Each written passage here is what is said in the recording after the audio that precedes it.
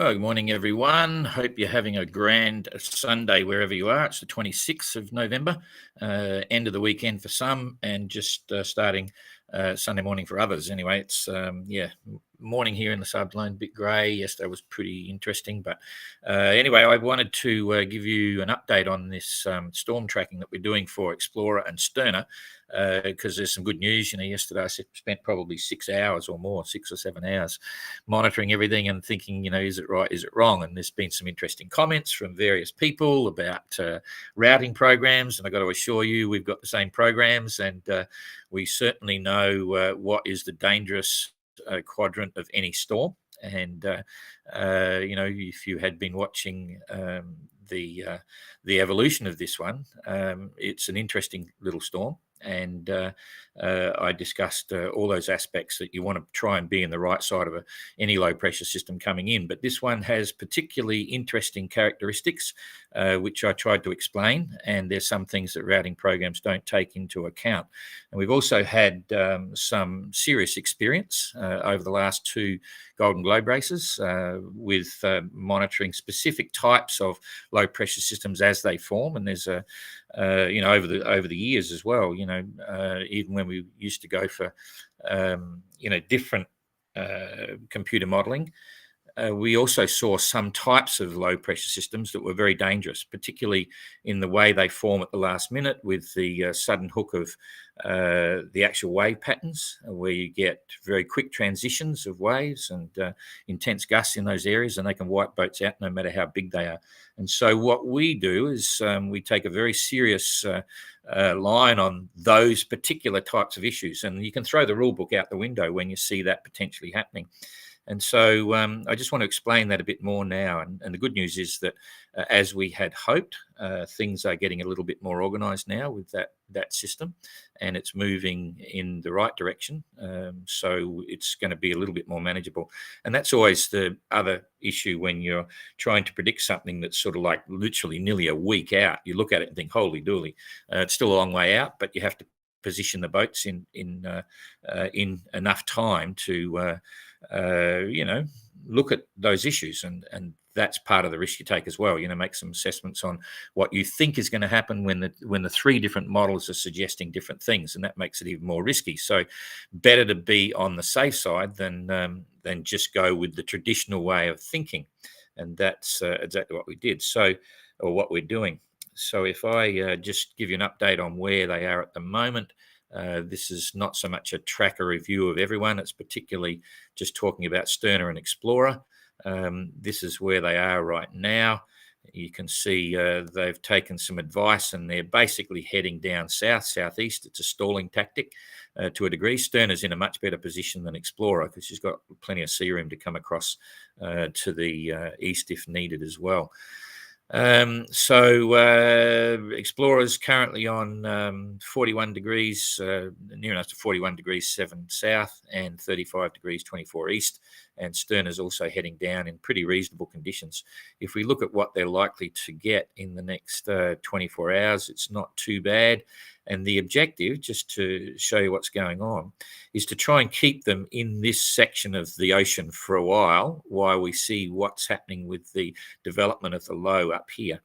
And that's effectively what they're doing. So generally, you can see here it's pretty easy, not a lot happening. And just remembering, if they were going north now, they'd be running out of breeze, okay? And that was also part of the contingency. They wouldn't have an ability to get way above the system because they had to go so high north. Here, they're able to hold in this area of the ocean. They're going to get a nice northwester, which will push them down again a little bit this way. And previously, we were talking about getting across to 44 south, when we posted that idea a few days ago, getting right across here, so 44 east rather, getting right across here to get underneath the low pressure system that was going to evolve here. And then since then, we've decided to keep them to the west of 40 degrees east, all right, because of the way it was forming up. And so that's all very achievable, okay, forgetting about the potential headwinds coming forward. Now, at some point, you'll see here, the wind is going to go to the west and then it'll go southwest. And so now the plan is that as soon as it goes, in this sort of quadrant, they'll turn around and actually start going north. Because a few things are changing. So generally, for the moment, just remember they're in this little area right here, and then I'll cross over to Windy because it gives you a much more accurate detail of the actual weather that's going to happen, and I can explain that to you as well. So there's Windy there for you. I've just got to find it here for me. Where are we? Here we go. Nope, it's not that one. Hang on a sec. Now I've lost my Windy. Here it is. Okay, so this is the current weather at the moment, and this is the area that Explorer is in right now. Explorer's just here, Sterna's over the back here. So they've got a nice breeze coming down, nothing really dramatic at all. And as we go across, you can see it's still pretty benign there. They'll just be hanging out, going a little bit south and so on. Then we've got this system coming across from the west. All right. And again, it's able to push them down into this area, gets them a little bit south, because previously we were expecting this low pressure system to be building, blah, blah. And at this point here, sometime on the 27th, in fact, starting very early on the 27th, it's swinging from a westerly, okay, into a southwesterly. All right. So if I build this up here, you'll see what's happening there. So it goes from west and it's going to go southwest. And as soon as it goes southwest, they can turn and just basically not scream north in a hurry, but they can certainly relax and start going north because things are changing. And it's not as if we're going north to get around over the top of it. It's just that, fortunately, this low pressure system is starting to get a bit organized. So forget about all this for now and just watch what's happening here. Because remember, the low pressure system was going to start forming over a large area. It doesn't even exist. On the 28th, it doesn't exist. So there's right through until the end of the 28th. And it's just starting to make some moves here of what's going on. Now, this is a lot better than what we were looking at previously. However, the danger area with all of these is in this transition phase when you don't want to get caught in all of this confusion that's going on. Now, this has changed. Previously, it was going to be really intense. There was winds coming from the southwest, the north, the southeast, the northeast. It was going to be really hectic, and that's the one you want to avoid. I've got photos of it as well, videos and so on. But now the zone is not too bad, right? It's looking a little bit organized, and it's not as dangerous as it would have been. So that's kind of cool. And effectively, this point here, and this is on current wind forecast, not Gus, that's the area that is a no-go zone. So we'll be telling Explorer and Sterna not to be north of 39 south or east of 41 east before this thing's formed. And it'll work out okay because you can see there it's formed, and the heavy winds are to the east of to the east of 41 degrees east. So if Explorer is this side of that, that's fine. They'll shoot up the back here, and that's exactly what's going to happen. And Sterna are fine. They'll be able to just cruise down and basically hook up on these northerlies and then start to roll around the top. So that's the general plan now, and it's actually getting organized. If we look at that's on the GFS model, which is very much smaller and simpler, right? I'm showing you that first because both models are actually, sort of looking similar, but a little bit different. So if we go through the ECMWF, which is the one we prefer, on the 28th, Explorer and Sterna will be down here. They'll have a southwester, and they can basically be heading up. Sterna can certainly be following that breeze and slowly heading up. But not getting too high. And then the 28th, it's only just starting to form here at the end of the 28th. So, and it's not as intense as what was planned. But if we go through to the 29th now, this is the area that was a lot more intense, a lot more confused. You can already see But you've got southeasterly, you've got northwesterly, you've got southerly. This area here, while it's forming, is the nightmare, and that would have been potentially exactly where Explorer would have been sitting if they had tried to go north. And even when you're using racing routing programs, to get your fastest point, the fastest bit, they cannot predict a lot of this stuff, and that's the deadly spot. Right here, some of this, and it's a lot more organized now, but this confusion when these things form over such an area and then come together and go intense is the real danger area, and it's a real problem. You can see everything here. The sea state becomes crazy, and that's what we're trying to avoid. And even now, it's looking a lot better than it was. So that's what we've been trying to avoid. And at the moment, everything is going to plan. And I think Explorer will be looking cool, and Sterner is even better off. So that's the good news. Then when it forms, remembering this is the no-go turn point zone sort of situation, and even with the ECMWF now, it's moving very fast. It's going further out to the east and not coming as far south until later. They'll get up behind this, and even when we go to wind gusts, this is the issue. You'll see the wind gusts roll over through that point. Here it comes here, and this is the nightmare area that we try to avoid. Where did that come from? I don't need that. And you can see it's pivoting on that point. So all the heavy winds on the gusts are actually moving away quite a bit faster. So generally the plan for us, I'm very comfortable with that. And it was, and I'm still sticking with that plan. It'll give them the best options. And also because they're coming up from this angle, the sea state never gets more than about 4 to 5 meters. You can watch this sea state here. If I come back here, even on the 28th, or come through here, sea state here is around 4 meters, but they'll be already coming up by then. And it's not going to get extreme. So I don't have any problems at all with what we've been deciding to do. I think it's going to be the best for Explorer and Sterner. They're both ringing this in an hour or so. Explorer ring in about 20 minutes, and we'll give them a full verbal briefing on what's happening and the reasons why they're doing what they're doing.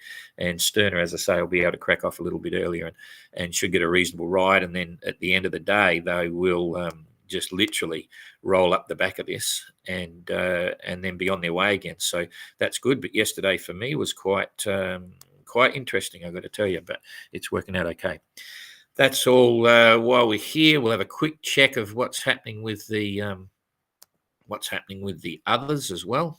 So come over here, and there's that little low pressure system forming just underneath Neptune. As we suggested, Penduic. Penduic has got dead headwinds. Translated's coming very close to the waypoint, but just getting around in light winds, so only doing 4.2 knots. And that's not today's weather. Hang on, we progress that forward a bit. Headwinds, so that's probably 25 knot apparent headwinds, but they're getting around it okay. Spirit of Helsinki 7.8 knots, Translated 4.2 knots. Holding high, no doubt. And Maiden ticking along there, 4.5 knots, still going to windward. And Esprit de Kip, 7.3 knots. Triana, 7.2, 179 nautical mile a day. Galliana, 7.4. They're enjoying the benefit of this northerly, so they're in a lucky position, and they're closing the leaders for sure. Outlaw, 8.2 knots, 214 nautical miles a day. Evrika getting close to some big winds behind, but that should pass under them. 7.6 knots and 196 mile day. And Penduic is not looking like making huge ground. So let's just see what's going to happen to this high again. We saw it last night. The center's just moving slowly.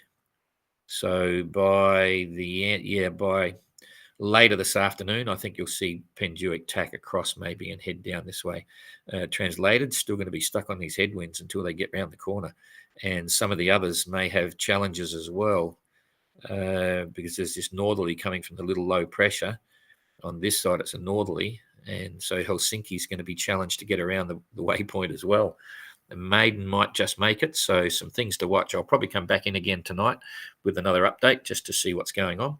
And let's see how the day progresses. But all is good at the moment. Just to have a quick look here for anything. G'day, Mike. Kathleen checking in from Mississippi.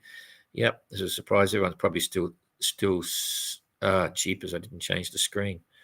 Now I don't know what you are seeing. 1018.